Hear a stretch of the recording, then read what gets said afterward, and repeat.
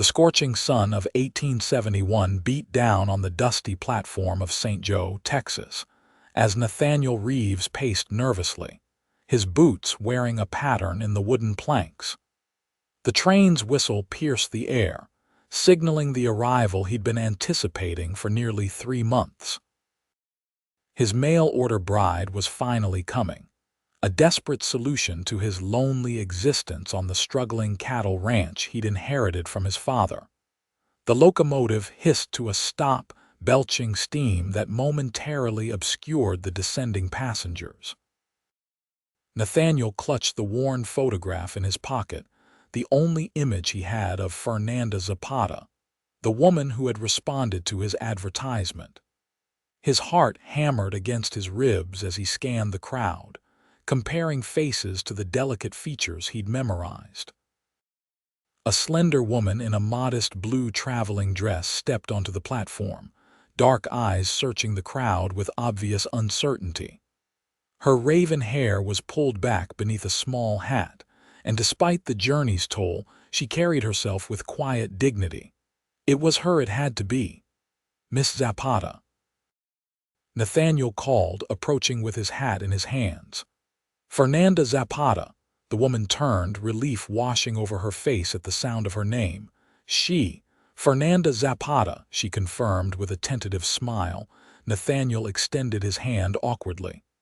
Nathaniel Reeves, Well, I'm the one who sent for you.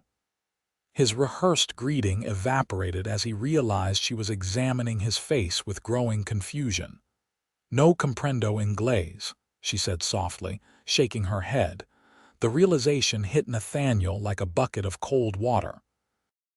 In their exchanged letters, facilitated by a translator in San Antonio, whom Nathaniel had paid handsomely, he had never considered that his bride wouldn't speak a word of English.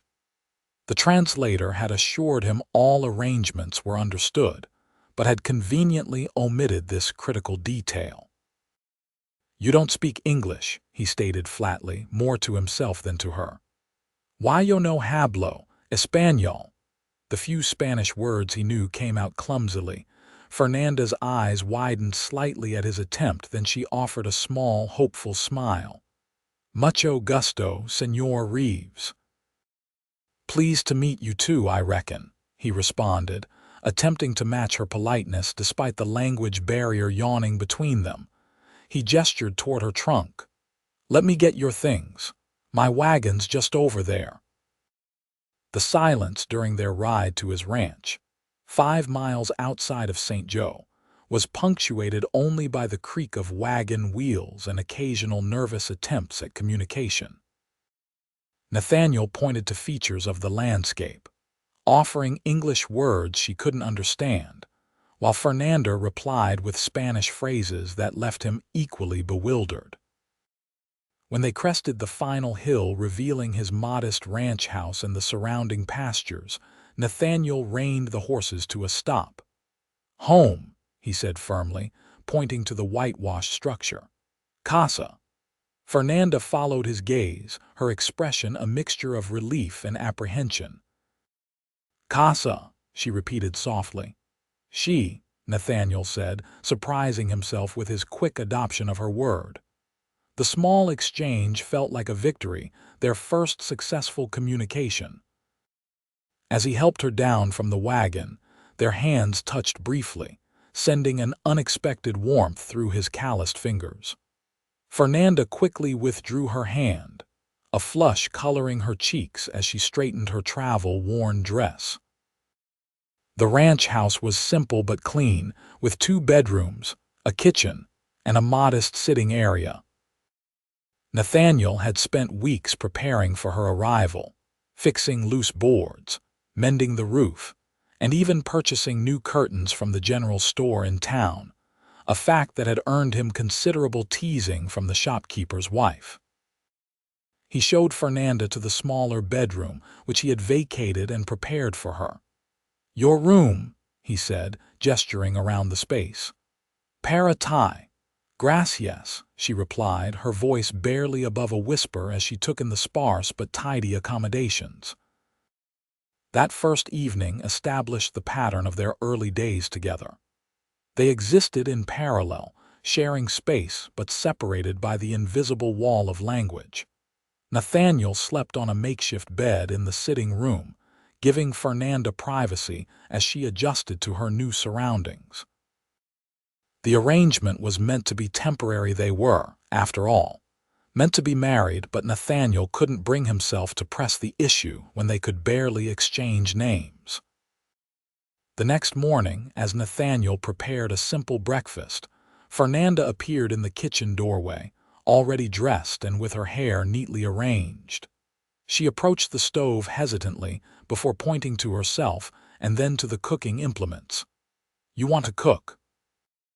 Nathaniel asked, stepping aside. "Be my guest. I ain't much of a cook anyhow." Fernanda took over with quiet efficiency, transforming his basic fare into something more palatable. As they ate, Nathaniel pointed to his coffee cup. "Coffee," he said clearly. "Café," she responded, pronouncing it differently but recognizably similar. "Café," he repeated, trying to match her intonation. "And this is bread." He held up a piece of the cornbread he'd managed not to burn. "Pan," she supplied, a small smile forming at the corners of her mouth. "Pan," he echoed, feeling oddly accomplished. By the end of breakfast, they had exchanged a dozen words, carefully storing each one like precious coins. Nathaniel realized that their path forward would be built one word at a time, a slow construction of understanding that would require patience neither of them had known they possessed. That afternoon, as Nathaniel tended to the cattle, he found himself repeating the Spanish words under his breath. Café, pan, casa. Words that had never held any significance now carried the weight of his future. When he returned to the house, dusty and tired from his work, he found Fernanda had cleaned the entire place from top to bottom. The floors gleamed, the windows sparkled, and the scent of something delicious filled the air. "Smells good," he said appreciatively, hanging his hat on the hook by the door. Fernanda looked up from the pot she was stirring. "Comida," she said, gesturing to the stew. "Food," she added, using one of the English words she had learned that morning. "Comida," Nathaniel repeated, feeling the strange syllables on his tongue. "Food, good food, I hope." She seemed to understand his tone, if not his words, and smiled, that same tentative smile that never quite reached her eyes. Nathaniel wondered what she was thinking, what hopes or fears she harbored in her heart. Had she expected something different? Was she disappointed in what she found? Over the following weeks, they developed a routine. Mornings began with the exchange of new words over breakfast. Nathaniel would work the ranch while Fernanda maintained the house and garden. Evenings were spent in the sitting room where they would point to objects and share their names in both languages. "Book," Nathaniel would say, holding up one of the few volumes he owned. "Libro," Fernanda would respond, her pronunciation growing more confident each day. "Water," he would offer, raising his glass. "Agua," came her reply. Word by word, they built a bridge between their worlds. It was slow, tedious work, but there was a certain intimacy to it, a shared purpose that bonded them in ways that transcended conventional courtship. One evening, about a month after Fernanda's arrival, Nathaniel returned from town with a small package wrapped in brown paper. He placed it on the table before her with a gesture that conveyed his nervousness. Fernanda unwrapped it carefully to reveal a Spanish-English dictionary, purchased from a traveling bookseller who had passed through St. Joe. Her eyes widened as she ran her fingers over the embossed cover. "Para nosotros," Nathaniel said haltingly, using one of the phrases he had practiced. "For us." Tears welled in Fernanda's eyes as she clutched the book to her chest. "Gracias, Nathaniel, muchas gracias." It was the first time she had used his name, and the sound of it in her melodic accent made his heart skip a beat. That night, They sat side by side at the kitchen table, the dictionary open between them, discovering words that had eluded them and laughing at their mispronunciations. The dictionary became their constant companion, consulted dozens of times daily as they expanded their shared vocabulary. Nathaniel carried a small notebook in his pocket, jotting down words as he thought of them to ask Fernanda later. She, in turn, began leaving notes around the house, simple labels attached to objects with their Spanish names. As summer gave way to fall, their communication grew more complex. Simple words became basic sentences. "I need water" replaced "water, please." "The cattle are in the north pasture" supplanted "cattle there." With this gradual linguistic progression came a deepening of their connection. Nathaniel noticed the way Fernanda's eyes crinkled when she laughed at his pronunciation mistakes. She observed how he ran his hand through his hair when he was thinking hard about a word. Small, ordinary details that somehow became significant. One crisp October evening, as they sat on the porch watching the sunset paint the Texas sky in brilliant oranges and pinks, Nathaniel decided it was time to ask the question that had been burning in his mind. "Why did you come here?" he asked slowly, choosing words he knew she would understand. "To America, to Texas, to me." Fernanda was quiet for a long moment, her eyes fixed on the horizon. When she finally spoke, it was in a mixture of Spanish and the English she had acquired. "My familia, my family in Mexico, my pobre no future. When I see your letter, I think, nueva vida." New life. She paused, searching for words. "You seem, bueno, kind in your words." "And now," Nathaniel asked, his throat tight with emotion, "do you regret it?" She turned to look at him directly, her dark eyes reflecting the dying light. "No, no regrets, difficile, but worth it." Her honesty humbled him. He had never asked about her life before, had never considered the courage it must have taken to travel alone to a foreign country, to marry a stranger who couldn't even speak her language. "I'm glad you're here, Fernanda," he said softly. "I'm trying to be a good husband, even if we ain't properly married yet." She understood enough to blush at his words. They had maintained their separate sleeping arrangements all these months, their marriage existing only on paper, in the contract they had both signed but neither fully comprehended. "Tiempo," she replied. "Time." It had become one of their favorite words, a recognition of the patience their unique situation demanded. The following Sunday, Nathaniel surprised Fernanda by hitching the wagon early in the morning. "We're going to town," he explained, gesturing toward St. Joe. "To church. Iglesia." Her face lit up at the prospect. She had mentioned attending Mass in her village, and Nathaniel had noticed her makeshift altar in her room, where she said quiet prayers each night. St. Joe's small Catholic church served the town's Mexican population, with services conducted in Spanish.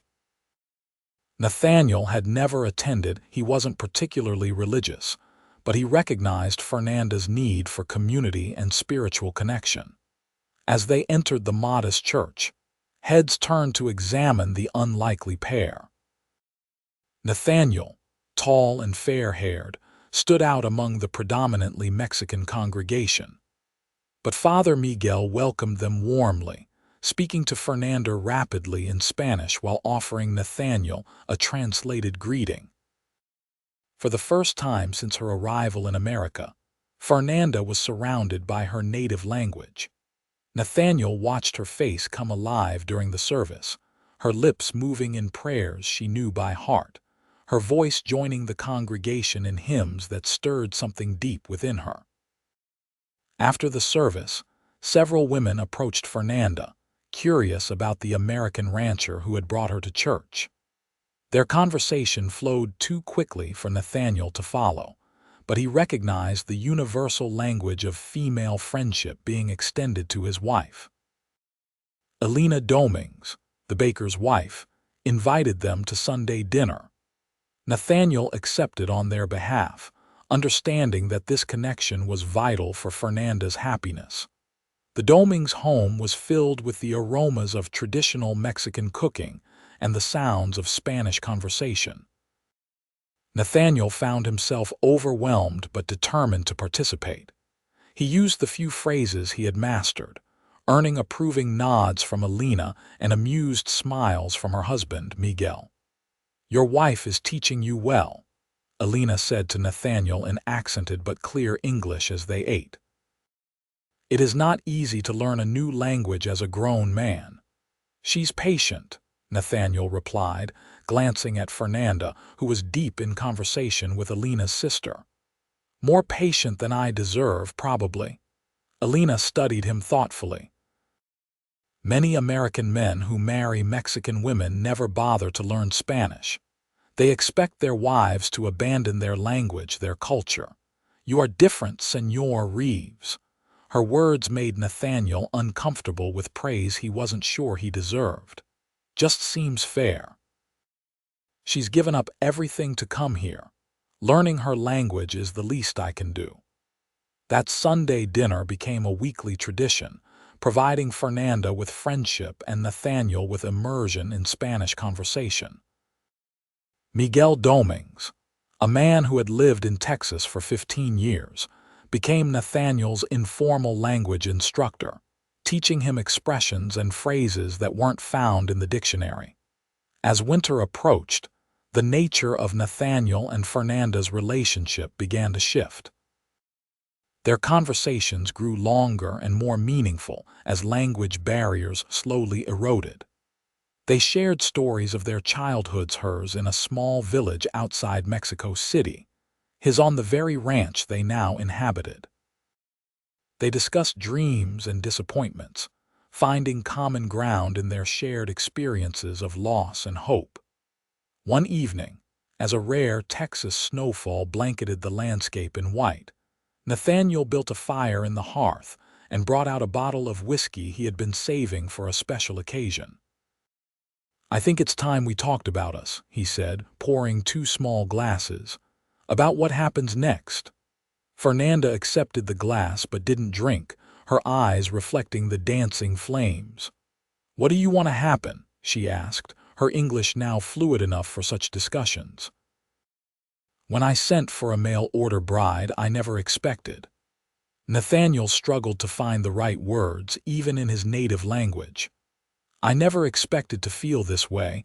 I thought it would be a practical arrangement, companionship, someone to help with the ranch, but it's become something more. At least for me." Fernanda's gaze dropped to her untouched whiskey. "For me also," she admitted softly, "but I am afraid." "Of what?" "Of disappointment, of failure." She looked up at him. "Marriage is forever in my faith. I cannot choose wrong." Nathaniel set his glass aside and moved to kneel before her chair, taking her hands in his. "Fernanda, I ain't the richest man, and I'm sure not the smartest. I can't promise you an easy life. But I can promise to respect you, to listen to you, to learn from you. I want to be your husband in more than just name." The firelight caught the tears that had gathered in her eyes. "I want that too," she whispered. That night, Nathaniel carried his bedding back to the master bedroom. There was no grand passion, no dramatic consummation of their marriage, only the tender discovery of each other, communicated through touches and whispers in 2 languages that were gradually becoming one. Winter on the Texas plains was harsh but brief.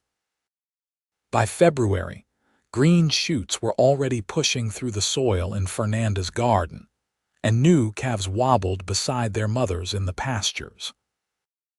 The ranch flourished under their combined efforts. Nathaniel's knowledge of cattle and land management, complemented by Fernanda's practical skills in gardening and household economy. Their language exchange continued, evolving from necessity to shared pleasure. Evenings were often spent reading aloud to each other, Nathaniel from American newspapers or the few novels he owned, Fernanda from letters received from her family or the Bible in Spanish that Father Miguel had given her.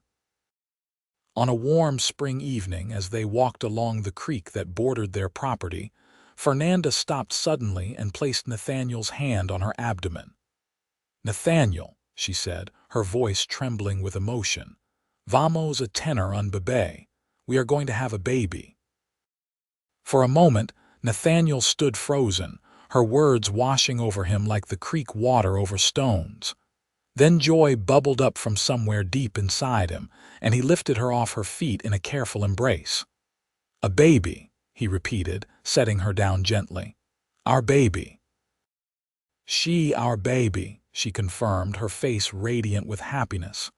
"In the winter. December, I think." Nathaniel kissed her then, pouring all his wonder and gratitude into the gesture. When they parted, he rested his forehead against hers. "Thank you," he whispered. "For what?" she asked, puzzled. "For coming here. For staying. For building this life with me, word by word." The news of their expected child cemented their position in the community of St. Joe. Elena Domings took it upon herself to ensure Fernanda had everything she needed, from proper maternal care to advice on American child-rearing practices. Meanwhile, the men of the town congratulated Nathaniel with hearty backslaps and offers of assistance with the heavier ranch work as Fernanda's condition advanced. In late April, just as the bluebonnets were carpeting the Texas hills, a letter arrived from San Antonio. It was from the translator who had originally facilitated their correspondence, a man named Hector Vasquez. He was traveling through the region and wished to call on them, to see how the match he had helped arrange had fared. Nathaniel was initially reluctant. "That fella didn't bother to tell me you didn't speak English. Might have been an important detail to mention." Fernanda laid a hand on his arm. "Perhaps he thought we would not marry if we knew, and then we would not have this." She gestured to their home, to themselves, to everything they had built together. "You're right, as usual," Nathaniel conceded with a smile. "We'll receive him properly." Hector Vasquez arrived on a Tuesday, a portly man with an elaborate mustache and the air of someone who considered himself quite important.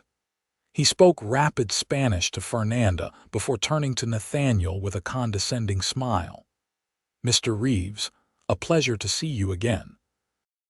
I trust your bride has been satisfactory." Something in his tone made Nathaniel bristle. "My wife has been a blessing," he corrected firmly. "And I'd appreciate it if you'd speak English in my home, as I'm still learning Spanish and would like to understand what's being said to my wife." Vasquez's eyebrows shot up in surprise. "You're learning Spanish? How? Progressive of you, just practical," Nathaniel replied, switching to Spanish for Fernanda's benefit. "Mi esposa y yo compartimos dos idiomas ahora." My wife and I share 2 languages now. The look of astonishment on Vasquez's face was worth all the hours of study Nathaniel had invested. Fernanda squeezed his hand under the table, her pride evident in her warm smile. The translator stayed for dinner, during which he revealed that he had arranged dozens of such marriages between American men and Mexican women. Few, he admitted after several glasses of wine, had been as successful as theirs. "Most of the men want servants, not wives," he said, his words slightly slurred. "And most of the women are too afraid or too practical to leave once they discover the truth." "And what about me?" Nathaniel asked, his voice dangerously quiet. "What did you tell Fernanda about me?" Vasquez had the grace to look uncomfortable. "I told her you were a prosperous rancher looking for a good Catholic wife, that you were kind and hardworking." He glanced at Fernanda. "I did not lie about that, at least. Did you tell her I didn't speak Spanish?" "I may have implied you knew some basics." Nathaniel's jaw clenched, but Fernanda spoke before he could respond. "It does not matter now," she said in English, her gaze steady on Vasquez. "We have made our own truth, better than any story you could tell." After Vasquez departed the following morning, Nathaniel and Fernanda sat on their porch swing, watching the sun climb over the eastern pastures. "Did you know?" Nathaniel asked finally. "When you agreed to come, did you know I didn't speak Spanish?" Fernanda considered his question before answering. "I suspected. The letters were too perfect, too formal, not like a real person writing." She shrugged slightly. "But I came anyway. My village had nothing for me after my parents died, and your photograph." She smiled at the memory. "You looked kind. Your eyes were honest." "You took quite a gamble on a pair of honest eyes," Nathaniel said, touched by her faith in him. "Sometimes life requires courage," she replied simply. As Fernanda's pregnancy progressed, they prepared for the baby's arrival with quiet excitement. Nathaniel converted a corner of their bedroom into a nursery, crafting a cradle from cedar wood with his own hands. Fernanda sewed tiny garments from fabric purchased in town, embroidering them with traditional Mexican designs alongside American patterns she had learned from Alina. Their language study evolved to include words they would need as parents. "Bebé," Fernanda would say, pointing to her growing belly. "Baby." "Pañal," she would continue, holding up the cloth diapers she had prepared. "Diaper." "Cuna," she would say, running her hand along the smooth wood of the cradle. "Cradle." And always, with tears in her eyes, "Familia." Family. The summer heat bore down mercilessly on the Texas plains, making Fernanda's condition all the more challenging. Nathaniel worried about her working in such conditions and hired a local boy, Tommy Wilson, to help with the heavier household chores and garden work. The 14-year-old was eager to earn money and equally eager to learn Spanish from Fernanda, who had discovered a talent for teaching. By September, Fernanda's belly was round and prominent, and she moved with the careful grace of a woman well acquainted with the miracle growing within her. The baby was active, kicking and shifting at all hours, much to Nathaniel's fascination and Fernanda's occasional discomfort. One evening, as they sat together after dinner, Fernanda guiding Nathaniel's hand to feel the baby's movements, she broached a subject they had only discussed in passing. "The baby needs a name," she said. "In my culture, children often have two names, one from each side of the family." Nathaniel nodded thoughtfully. "My father's name was James. My mother was Elizabeth. What about your parents?" "My father was Carlos. My mother Luisa." They considered the combinations, testing them aloud in both languages. For a boy, they settled on James Carlos Reeves. For a girl, Luisa Elizabeth Reeves. "Perfect names for our perfect child," Nathaniel said, kissing Fernanda's forehead tenderly. "Who will speak two languages from birth," she added with a smile. "Better than either of us." As autumn painted the landscape in golds and reds, a new challenge arose. A drought had left the creek at the edge of their property nearly dry, and the well was yielding less water than usual. Nathaniel spent long days digging a deeper well, while Fernanda implemented strict water conservation measures in the house. Their hardship was not unique. All of St. Joe was suffering from the dry spell. When a group of ranchers proposed damming the main river that supplied the town and surrounding farms, tensions rose between the American and Mexican communities.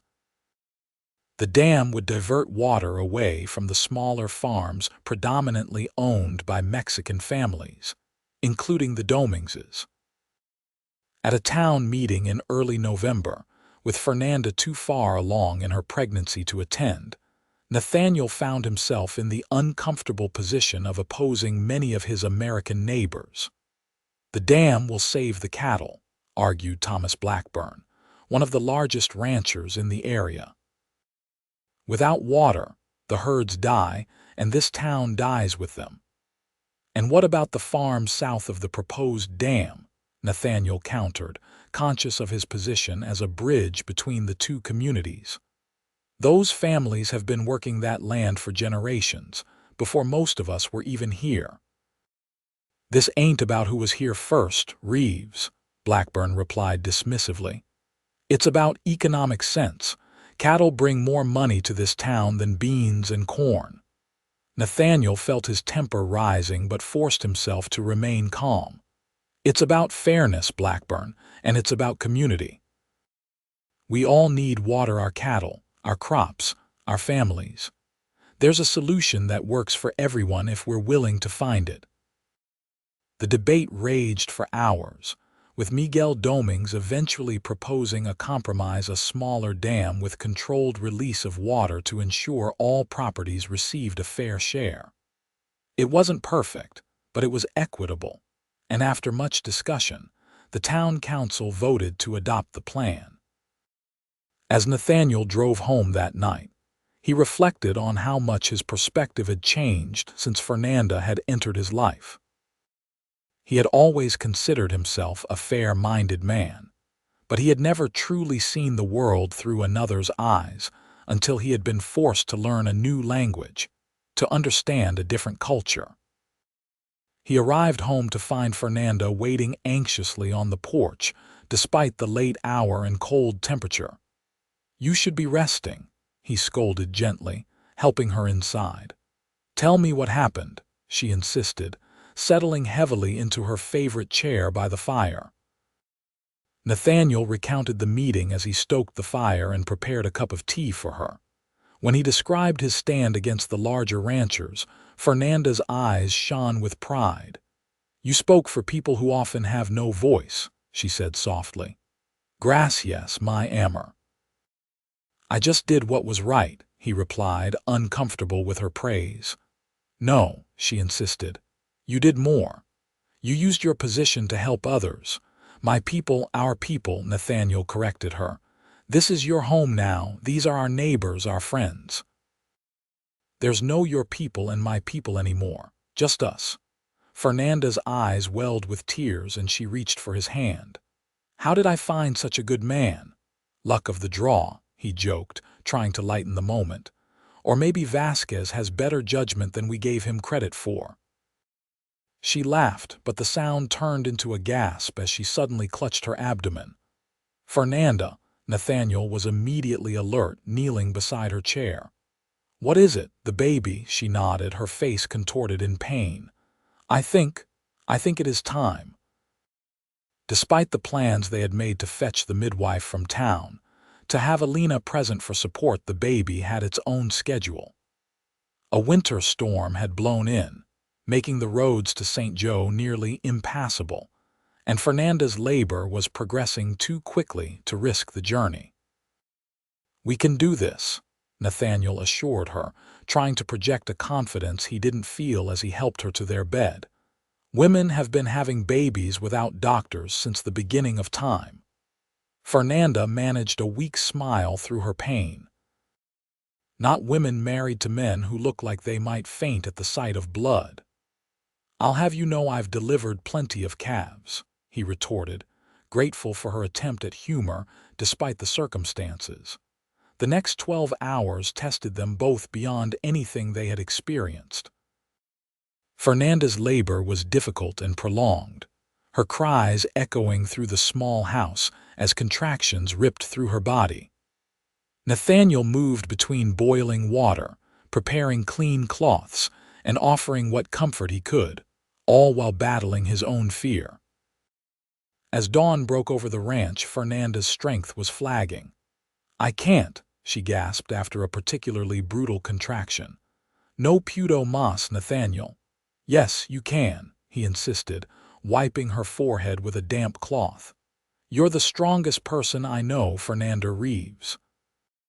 You crossed an ocean and learned a new language and put up with me. This baby is nothing compared to that." His words, or perhaps simply the tone of his voice, seemed to renew her determination. With the next contraction, she bore down with all her remaining strength, and moments later, a thin cry filled the room. "It's a boy," Nathaniel announced, his voice choked with emotion as he cradled the squirming, red-faced infant. James Carlos Reeves has arrived. He cleaned the baby as best he could with the knowledge he had, then placed the swaddled infant in Fernanda's trembling arms. The look on her face as she gazed at their son was one he knew he would carry with him forever, pure, transcendent love that erased all memory of pain. "He's perfect," she whispered, running a finger along the baby's cheek. "Perfecto." "Just like his mother," Nathaniel agreed, his heart so full he thought it might burst. The storm cleared by midday, allowing Nathaniel to ride into town for the doctor. Dr. Wilson confirmed that both mother and child were healthy, despite the unorthodox delivery, and pronounced Nathaniel a natural midwife, much to his embarrassment. News of James Carlos's birth spread quickly through St. Joe. Elena and Miguel Domings were the first visitors, bringing food and gifts for the new parents. Elena took one look at Nathaniel's exhausted face and shooed him out to get some rest while she tended to Fernanda and the baby. Over the following weeks, a steady stream of well-wishers, both American and Mexican, came to see the newest member of the community. The baby became a symbol of the bridge that Nathaniel and Fernanda had built between their cultures, a living embodiment of the harmony that was possible when differences were embraced rather than feared. Winter settled fully over the Texas plains, but inside the Reeves home, all was warm and bright. Fernanda recovered her strength gradually, while James Carlos thrived, growing plumper and more alert each day. Nathaniel found himself utterly captivated by his son, spending hours simply watching the baby sleep or holding him while Fernanda rested. One evening, as snow fell gently outside their window, Nathaniel rocked the baby by the fire while Fernanda dozed in a nearby chair. James Carlos's tiny hand wrapped around his father's finger with surprising strength, and Nathaniel marveled at the miracle of it all. "Your mama came from far away to find us," he whispered to his son. "She was braver than anyone I've ever known. And someday, you'll speak her beautiful language and mine, and maybe you'll understand what a gift that is to see the world through more than one set of words." Fernanda stirred, opening her eyes to the scene before her. "Teaching him already?" she asked sleepily. "Never too early," Nathaniel replied with a smile. "He's a quick study, takes after his mama." "And his papa's stubbornness," she countered, rising to join them by the fire. She leaned against Nathaniel's shoulder, her hand resting lightly on the baby's head. "I was dreaming of my village. Of showing James Carlos where I came from someday." Nathaniel considered her words carefully. "Would you like to visit? When he's older," her eyes widened in surprise. "You would go to Mexico?" "Why not?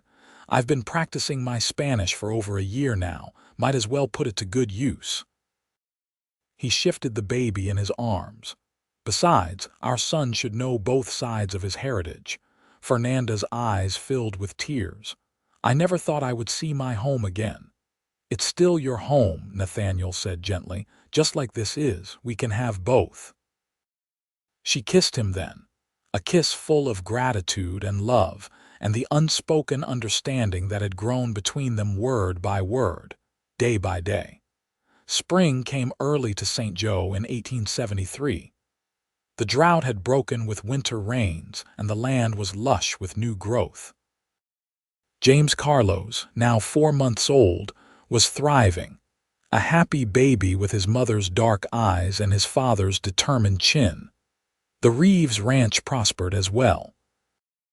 Nathaniel's careful management, combined with Fernanda's practical wisdom, had seen them through the difficult times, and they were now looking to expand their herd and possibly their landholdings.